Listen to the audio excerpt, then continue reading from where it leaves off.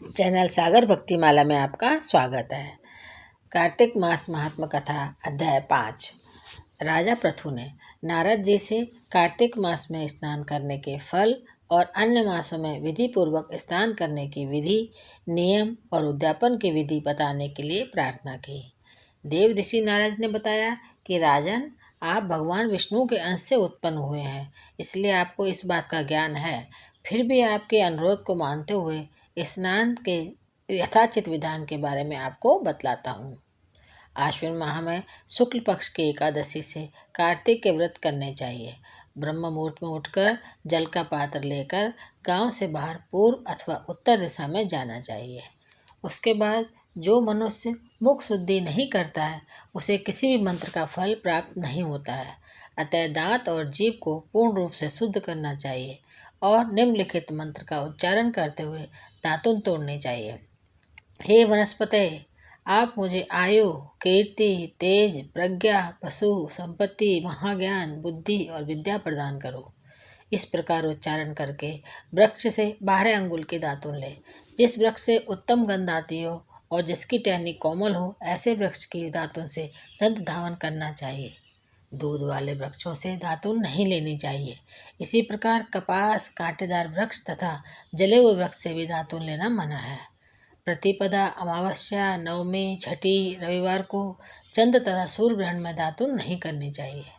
उसके बाद अच्छी तरह से स्नान करके फूल माला, चंदन, पान और पूजा की सामग्री लेकर प्रसन्न चित्त मन से भक्ति भाव से शिवालय में जाकर सभी देवी देवताओं को अर्ध आचमनीय आदि वस्तुओं से अलग अलग पूजा करके प्रार्थना एवं प्रणाम करना चाहिए। फिर भक्तों के साथ मिलकर भगवान श्री हरि का कीर्तन करना चाहिए। मंदिर में जो भक्त भगवान श्री हरि का कीर्तन करने आए हों, उनका माला, चंदन, तांबूल आदि से पूजन करना चाहिए। यह गायक भक्त देवालय में भगवान श्री विष्णु को अपनी तपस्या, योग और दान द्वारा प्रसन्न करते थे। कलयुग में भगवत पूरा गुणगान को ही भगवान श्री हरि को प्रसन्न करने का एकमात्र साधन माना गया है। नारद जी राजा पृथु को बताया कि एक बार उन्होंने भगवान से पूछा कि आप सबसे अधिक कहाँ निवास करते हैं। भगवान श्री विष्णु ने बताया कि वह बैकुंठ या योगियों के हृदय में ही निवास नहीं करते, बल्कि जहाँ पर भी भक्त उनका कीर्तन करते हैं, वो वहाँ अवश्य ही निवास करते हैं। जो मनुष्य चंदन, माला आदि से मेरे भक्तों का पूजन करते हैं, उनसे मेरी ऐसी प्रीति हो जाती है जैसे कि मेरे पूजन से भी नहीं हो सकती है। नारद जी ने बताया कि शीरीष, धतूरा, गिरजा, चमेली, केसर, कंदार और कटहल के फूलों व चावलों से भगवान श्री विष्णु की पूजा नहीं करनी चाहिए। अड़हल, कंद, गिरीश, जूही, मालती और केवड़ा के पुष्पों से भगवान शंकर की पूजा नहीं करनी चाहिए।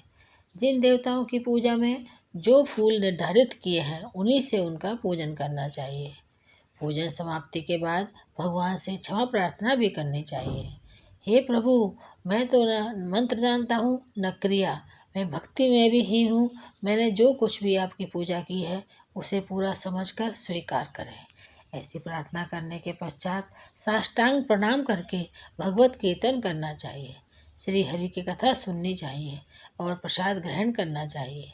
जो मनुष्य उपरोक्त विधि के अनुसार कार्तिक व्रत का अनुष्ठान करते हैं, वे जगत के सभी सुखों को भोगते हुए अंत में मुक्ति को प्राप्त होते हैं।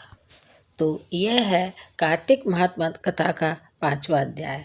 मेरे चैनल को सब्सक्राइब जरूर करें। धन्यवाद।